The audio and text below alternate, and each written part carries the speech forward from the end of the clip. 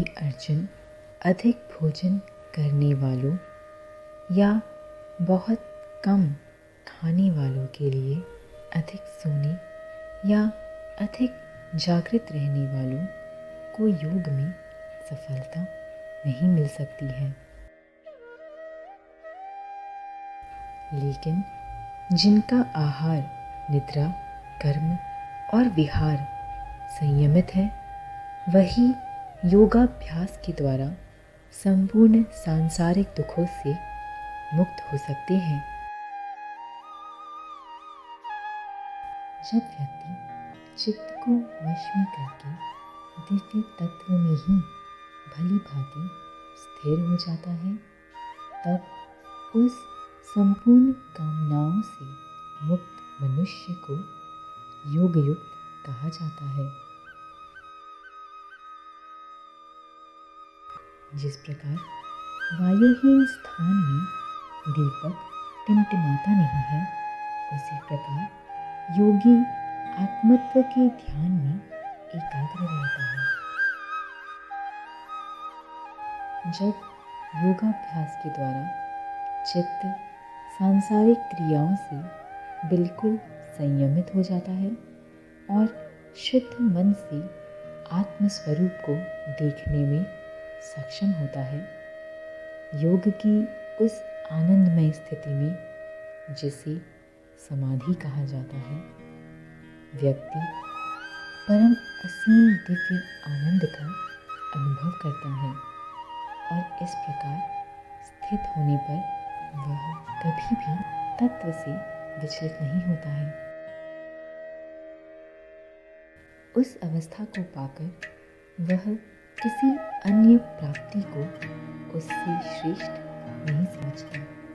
इस प्रकार स्थापित होने से व्यक्ति बड़ी से बड़ी विपत्ति में भी विचलित नहीं होता। दुख से विच्छेद की वह अवस्था योग कहलाती है।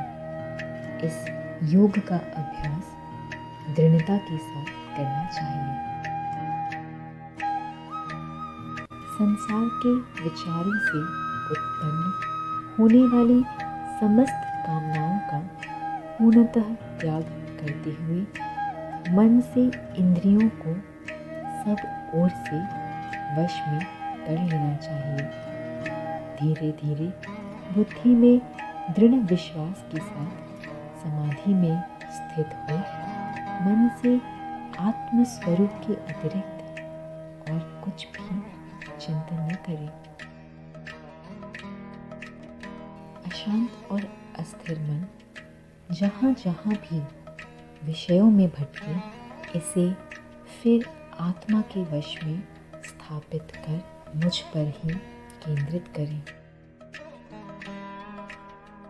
एकाग्र मन वाले योगी, जिसका चित्त शांत, रजोगुण समाप्त और जो पाप रहित है, उसे निसंदेह दिव्य सुख की उपलब्धि होती है।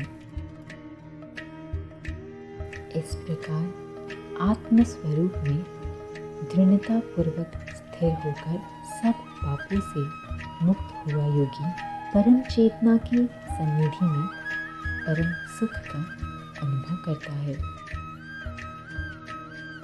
सच्चे योगी अपनी चेतना को योग के माध्यम से ईश्वर के साथ जोड़कर सभी जीवों को मुझ में और मुझको सभी जीवों में स्थित देखता है।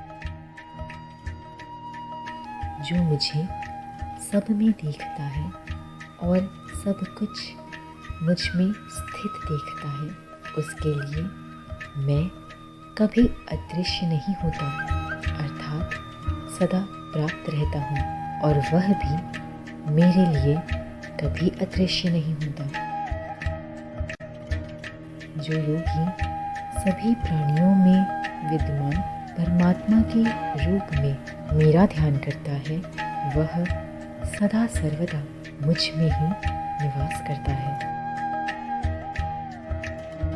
वह योगी परम श्रेष्ठ है जो अपनी आत्मा की उपमा से सुख दुख की प्राप्ति में सब प्राणियों को समान देखता है।